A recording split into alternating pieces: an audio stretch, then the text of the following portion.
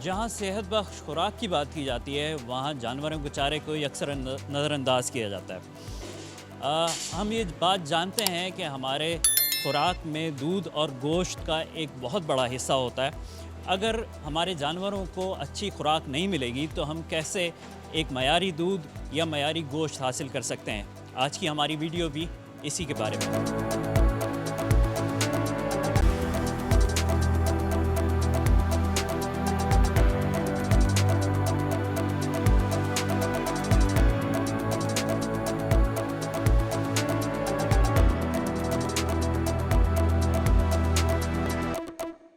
नाज़रीन, जो आपने सानेहा देखा, जो एक फुटेज देखी, कराची की भैंस कॉलोनी में तकरीबन 4 बाड़ों में एक जहरीली खुराक का इस्तेमाल किया गया। ये यहाँ पे फार्मर्स को इसके बारे में अंदाज़ा नहीं था, क्योंकि हमारे पास वैसे ही खुराक की कमी है। जो अजनास जानवरों को मिलनी चाहिए थी वो कुदरती आफात के बाइस चारे में कमी आती चली जा रही है। जो पानी मिल रहा है वो भी मुनासिब मिक़दार में और अच्छा पानी नहीं मिल रहा, जिसकी वजह से मुख्तलिफ़ बीमारियों का शिकार होकर जानवर अपनी सेहत को खोते चले जा रहे हैं। इसी तरीके से यहाँ पे एक और सूरत हाल हुई है, एक सानहे से कम नहीं है।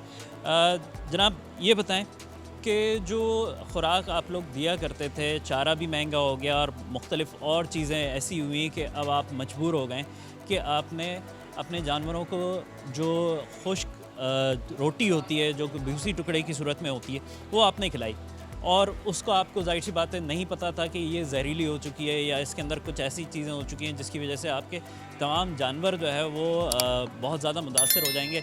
तकरीबन आपके कितने जानवरों को नुकसान हुआ इस हवाले से? जनाब, मेरे यानी कि इस खाते में 63 जानवर थे, तो कल शाम तक 39 गए थे। तो मैंने कहा दूसरों में बेहतरी आ रही है, ये बाकी आज रात में टोटल चले गए। बच्चे छोटे थे, यानी कि 4 से 5 मन वज़न वाले हमने पाले हुए थे। 8 बच्चे थे, वो भी चले गए आज रात में, आज सुबह तक।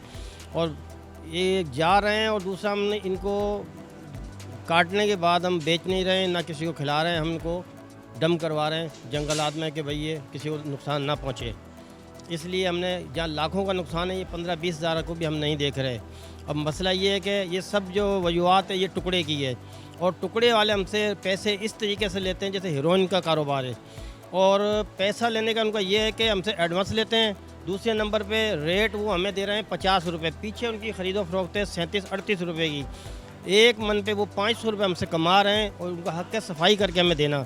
वो अगवानी कचरा कूड़े क्रिकेट से इकट्ठा करते हैं, वो इसमें डाल के मिला के लाते हैं। ज़ाहिरी बात है, जब अगवानी कचरा आएगा उसके अंदर ये कूड़ियों का, तो उसमें जहर तो आएगा ही। लोग वहाँ पे हर चीज़ फेंकते हैं। ये सब ये टुकड़े वाले जितने ये रले हुए हैं सब कर रहे हैं। इसमें अगवानी भी शुमार हैं। इसमें हमारे ये जो कराची के काफ़ी बड़े बड़े डीलर हैं, एक ये जिसने मेरे पास आया, इसका नाम है शौकत फौजी, इसका बेटा है, उसका नाम है सज्जाद। सज्जाद मुझे ये माल देता था, मैंने उसको जितने अरसे से माल ले रहे थे, और इससे पहले कभी ये ख़राबी नहीं आई? नहीं, इससे पहले भी एक दफ़ा वो अगवानी के माल में आई थी 21 के 7वें महीने में। उस टाइम भी मेरा तकरीबन 3 करोड़ का नुकसान हुआ था। तो उन्होंने कुछ मेरे से कंप्रोमाइज़ की बात की, हम तेरे से करेंगे, फिर बाद में उन्होंने नहीं की मेरे साथ, और वो फिर बदमाशी करने लग गए। अब ये जो शौकत फौजी के बेटे को मैंने 15 दिन पहले भी आगाह किया कि आपकी माल अच्छा नहीं आ रहा। मेरे माल ने वंडा नहीं खाया, मैंने सब फेंका, ये जहरीला माल था। मैं मौजूद था उस टाइम। अब बड़ा काम है, बंदा कभी कहीं है कभी कहीं है। अब जब उस दिन रात मैंने ये माल आया, मैंने कहा ये माल मुझे पसंद नहीं आ रही, बोरियाँ गीली लग रही हैं और ये माल अच्छा नहीं है। उनके मैंने मज़दूर को बोला नहीं सेठ, बहुत अच्छा माल है, ये अच्छी दुकान का माल है। वो माल उतरता गया है, और हमारा माल सुबह के टाइम में 5 बजे से पानी पिया है, चुआई के बाद पानी पीते जैसे पानी के साथ जहर शुमार हुआ उनके जिस्म में, जानवर गिरने शुरू हो गए। फौरी वक्तन उसी टाइम 2 भैंसें हराम हुई, बकाया फिर जैसे कुछ हलाल होती है कुछ हराम होती रही। यानी कि ये परसों सुबह से लेके और आज तक मेरे ये 63 भैंस और जनाब अली 8 समझ लो भैंसों जैसे ही थे, बछड़े पाड़े 1.5 लाख की कीमत वाले, सारे ज़ाया हो गए। और सारे मैंने भी ये दिल पे पत्थर रख के मैंने ज़ाया कराए, मैंने फ़रोख्त नहीं किए, क्योंकि अब छोटी मुसीबत से कोई बड़ी ना आ जाए, हमारी वजह से किसी का नुकसान ना हो। दूध भी गया हमारा, मेडिसिन का भी ख़र्चा मेरा लाखों रुपये आया। उस शख्स ने आके मेरे से इतना नहीं पूछा, तेरा नुकसान हुआ है, हम तेरे साथ हैं। नाज़रीन, ये है सूरत हाल। आज इन्होंने अपने बाड़े पे कुरान खानी भी रखी थी, क्योंकि ये अल्लाह पे तवक्कुल करने वाले लोग हैं। अपने आप को हर मुमकिन सूरत हाल में ये किसी भी नुकसान से बचाने की कोशिश करते हैं। जैसे इन्होंने बताया कि इन्होंने जितनी भी भैंसें थी जो इनकी मुतासर हुई और फिर उसके बाद उनको जो है तल्फ करना पड़ा। तो इस नुकसान से बचने के लिए, आगे नुकसान से बचने के लिए अल्लाह पे तवक्कल करने वाले लोग हैं। इन्होंने कुरान खानी भी रखी थी और यही सूरत हाल दूसरे मुख्तलिफ और बाड़ों के अंदर भी। गुलाम शफी साहब, ये बताएं कि आपके कितने जानवरों को नुकसान हुआ है इसी जहरीले टुकड़े की वजह से? 50 निकल गए, बाकी 30-35 ऐसे खड़े खा रहे नहीं हैं बिल्कुल। उन्होंने भी वही खुराक ली थी? खुराक खाई है। अभी अद्वियात के हवाले से कोई ताउन किया जा रहा है हुकूमत की तरफ से या कोई और इदारे सामने आ रहे हैं? डॉक्टर आ रहे हैं, वैक्सीनें की हैं, टीके लगाए हैं, पर रुकावट नहीं है, कोई फ़र्क नहीं है। अच्छा ये है कि वो भी खुदा न खास्ता जो है वो इसी तरीके से तल्फ कर दी। ये 4 काट के इधर आया। अच्छा ये बताएं कि आप जो जानवरों को ये टुकड़े वगैरह देते हैं तो इसकी क्या वजह है? क्या चारा आपको बहुत ज़्यादा महंगा पड़ रहा होता है? क्या वजह होती है इसकी? इसकी ये वजह है कि हम टुकड़े डाल के कभी खुश नहीं थे। वजह ये परेशानी है कि जो हमें चारा यहाँ पे मिलता है 90 रुपये किलो बताते हैं, 95 रुपये किलो बताते हैं, वो अंदरूनी सिंध या पंजाब से आता है 65 रुपये, 62 रुपये। और यहाँ के जो डीलर हैं वो यहाँ पे इतना महंगा बताते हैं कि 90 रुपये का रेट देते हैं। मजबूरन हमें टुकड़ों की तरफ जाना पड़ता है। अब मैंने 3 दिन से बंद किया तो मैं मजबूरन 95 रुपये किलो ख़रीदारी कर रहा हूँ और माल को डाल रहा हूँ। ये बकाया मेरा जो तंदुरुस्त माल है। अब इस वजह से इस बात पे हमारी हुकूमत को इनके ऊपर एक्शन उठाए कि भाई ये इतना महंगा हमें क्यों देते हैं। जैसे दूध पे उठाया जाता है, अब दूध के ऊपर 10 रुपये का रेट बढ़ता है तो हमारे सब दुकानदारों को भी परेशानी आती है, हमारे पैकारों को भी आती है, हमारी गाड़ियाँ भी पकड़ी जाती हैं। तो मेरी उनसे अपील ये है कमिश्नर साहब से भी, कराची कमिश्नर से भी, कि भाई ये राशन वालों के ऊपर भी एक्शन लिया जाए कि इतना महंगा क्यों होता है।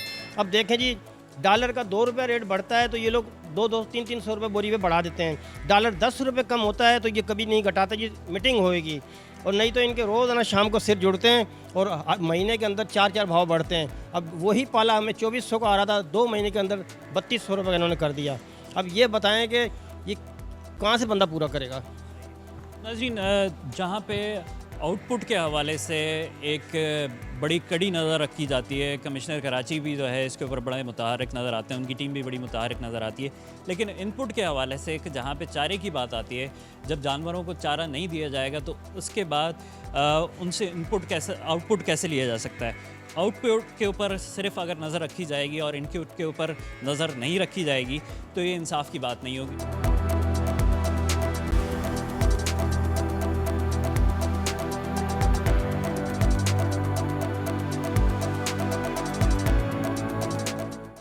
नाज़रीन, यहाँ पे dairy and cattle farmers association के सदर शाकिर उमर गुजर भी हमारे साथ मौजूद हैं। शाकिर भाई, ये बताएं जो ये तमाम नुकसान हुआ है, जहरीले टुकड़े खिलाने की वजह से हुआ है, सूखी रोटी खिलाने की वजह से हुआ है, कोई ऐसा मैकेनिज़्म नहीं है यहाँ पे? जैसे बताया गया कि पहले भी इस तरीके के नुकसान हो चुका है, तो कोई मैकेनिज़्म नहीं बनाया जाता है हुकूमत की तरफ से कि ये इन टुकड़ों को या तो प्रोसेस करके इनको आगे दिया जाए या फिर ये कि इनके ऊपर मुकम्मल पाबंदी लगाई जाए जैसे पंजाब में लगी हुई है?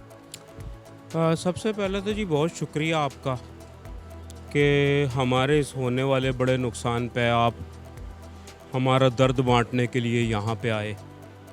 तो मैं ये कहूँगा कि दुनिया भर में इसके मुतालिक SOPs बनाई गई हैं और महकमा लाइव स्टॉक पंजाब तमाम चारा जात की फराहमी करने वाले या फीड मिल्स को लाइसेंस जारी करता है। तो मेरी director general livestock Sindh से मेरी बात हो गई है कि हम फीड मिल्स को लाइसेंस जारी करेंगे और एक टास्क फोर्स बना रहे हैं जिसमें हम जो है ना, एक तो जो ये जहरीला चारा फराम करने वाले लोग हैं इन पर पाबंदी आयद करेंगे और अभी हमने लैब के लिए चीज़ें भेजी हुई हैं और हम लाइसेंस जारी करेंगे। वो टास्क फोर्स रिकमेंड करेगी तमाम फीड मिल्स को और बाकायदगी से उस पर चेक एंड बैलेंस रखेंगे।